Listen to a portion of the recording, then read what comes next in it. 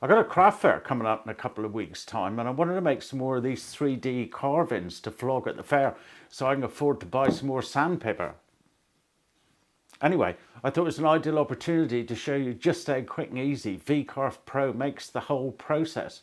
So I'm going to go and grab some oak off the shelves, plane it down, and make some blanks about 300 by 300. Let's have at it.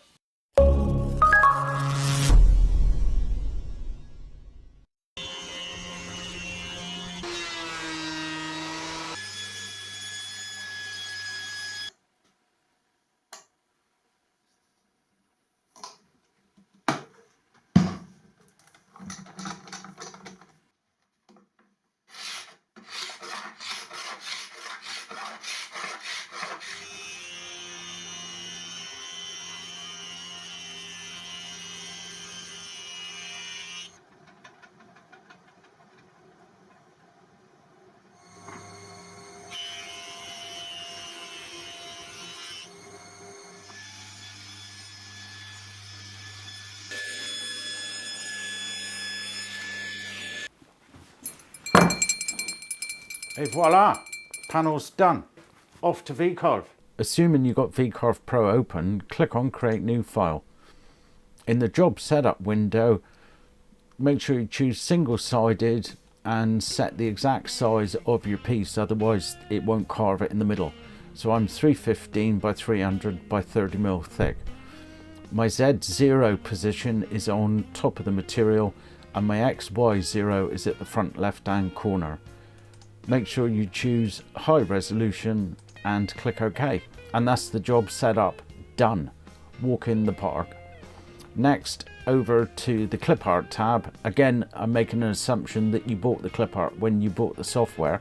I would, well worth it. I'm going to go with a little running horsey to start with. So I'm going to left click, drag that across to my material surface and let it go. Now, without clicking on anything else, the sizing and placement handles are still showing on the clip art that I've just dropped in place. So I can drag it to the approximate center and you'll see the little crosshairs just appear. And then I'm going to size it up to something that I just think looks about appropriate for the blank that I've made. I don't want it too close to the edges. That looks pretty good, quite happy with that. So I'm going to go back to the drawing tab and choose this centering icon, and I'm going to click align it to center just to make sure, and I'm going to close back out of that. And that's my clip art dropped onto my work surface. Next, I need to make sure that the image is at the right height, so I'm going to go across to the modeling tab. I'm going to select the image and I'm going to go to this far right hand icon at the top left of the screen and add component plane, a 0 plane, so the software knows where the start point is, if you like. Then I'm going to double click on this item over here that represents my image. Mine's called Cantering Arabian.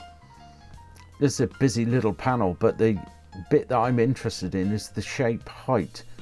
Now my stock is 30 mil tall and my shape height is 21 mil tall, so that leaves just under 9 mil at the back.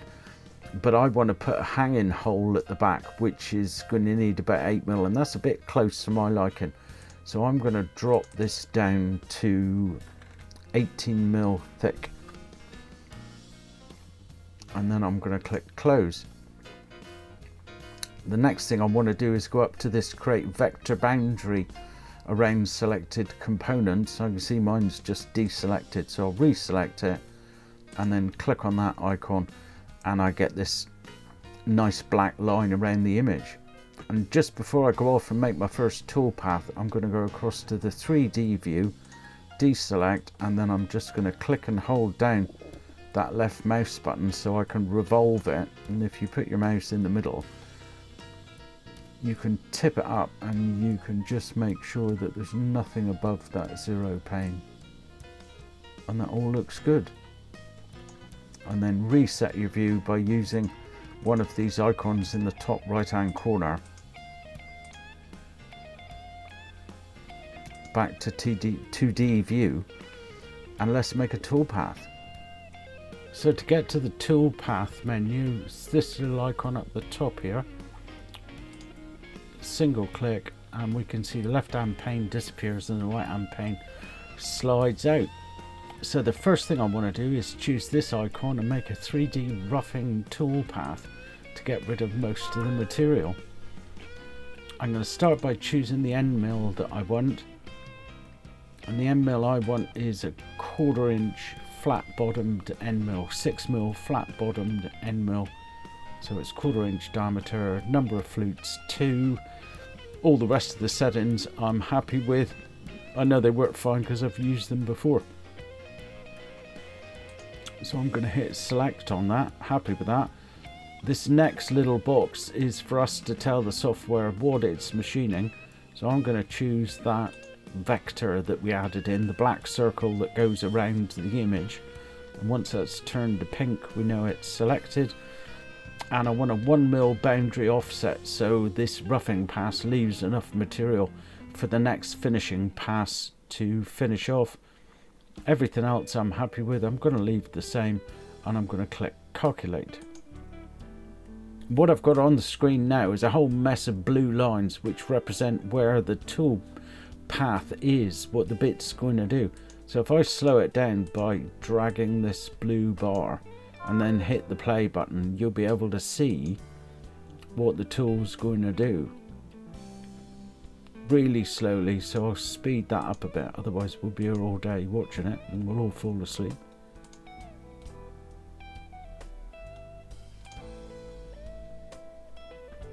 And that's it, that's the roughing pass complete. So if I reset the preview and close out of that, we've now got the 3D roughing toolpath generated, ready to go. So next I want to do the finishing path. So I'm going to go across to the 2D view again, click to deselect everything, and I'm going to go across to this 3D finishing toolpath icon. And again, I need to choose my bit first. I've got a bullnose 1/8 bit, 3mm bit selected. So I just check to make sure that is 1/8, 3mm, 2 flutes, bullnose bottom. Happy with everything else. I'll take it out, I don't want 2 there. So I've got bullnose bit selected. Again, I want to make sure it's on selected vector. So I'll click on the vector, selected vector. I don't need an offset this time. And again, everything else I'm happy with, just accepting the defaults. So if I click calculate, this one takes a little longer to generate the toolpath as it's got more to do. And now this is a whole mess of blue. So once again, if I reset the preview and then hit the play, I'll leave it on full speed this time.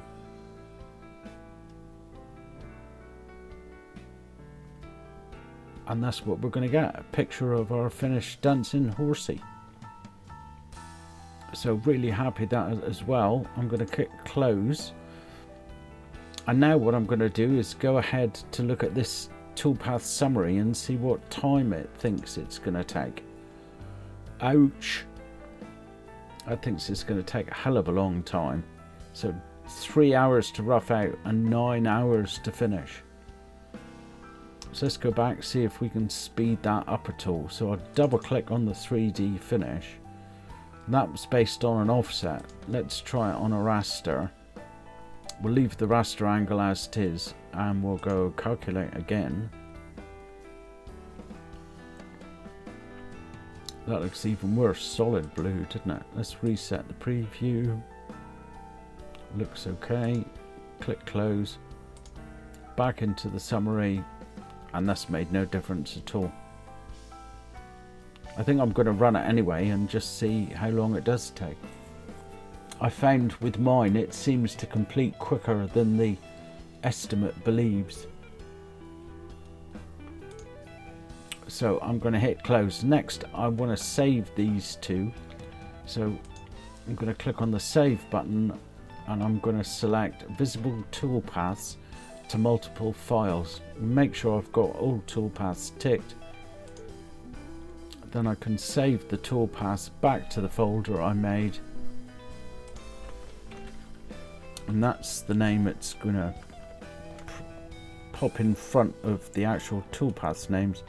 So I'm going to call this Cantering Horsey 315 by 300 by 30 and hit save. Just before I pop it in the CNC and set the job going, I'm going to rate the hanging slot in the back of the piece. So I've struck a line dead center of my board, and I've also marked down 20mm, which is where I want the top to be. And I've got a little slot cut out in this piece of MDF that takes my 30mm guide bush base plate. So when I drop this piece of MDF on, you can see I've struck the line from the center down so that I can line that up exactly with my center mark. When I've got it in place, I use one of these super duper handy clamps from Craig, keeping that where I want it, clamp the whole thing down to the bench, and again I've got a pencil line here at the 25mm mark, which is where I want it to be, so I can line that up with the edge of the router that's also got the centre mark in it. Thank you, Festool. And then I can plunge down to the 8mm, push to the top, and job's done.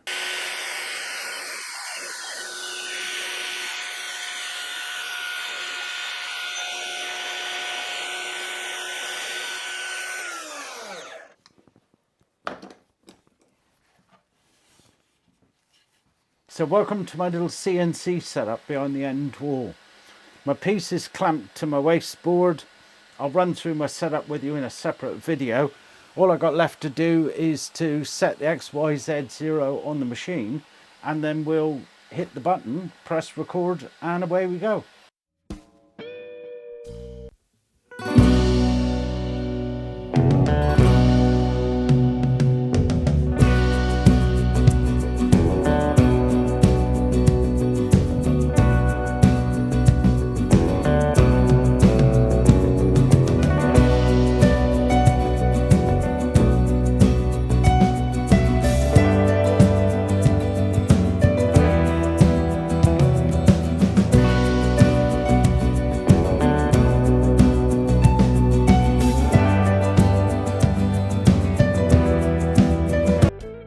And we're done. So the first pass was 1 hour and 30 minutes, and the second pass was 4 hours and 34 minutes. So not so bad after all, considering there was nothing for me to do. That wasn't 6 hours of my time, it was 6 hours of machining time. The finish is absolutely stunning. I've got some rough patches here, some little straggly bits, and some rough patches there, but nothing that a quick 5 minutes with some flexible 180 paper won't take care of. So to finish the project, I'm going to curve these corners and put a round over on all the edges, a little bit of sanding, and then a spot of finish, and we're done. Now to curve the edges, the corners rather, I use a router and balance on this edge, and at this point I'm thinking I could really have done this before, should have done this before, because I stand a chance of damaging it. So I might do the corners first on the other three.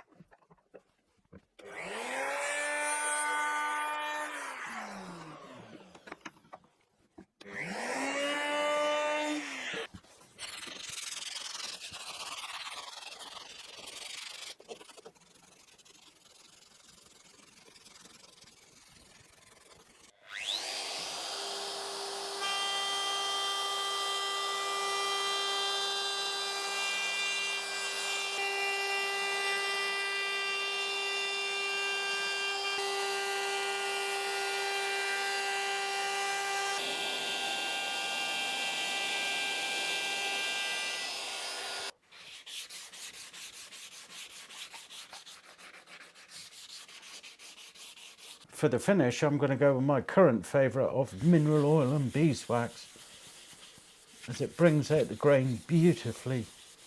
Easy to apply, easy to reapply should the need occur.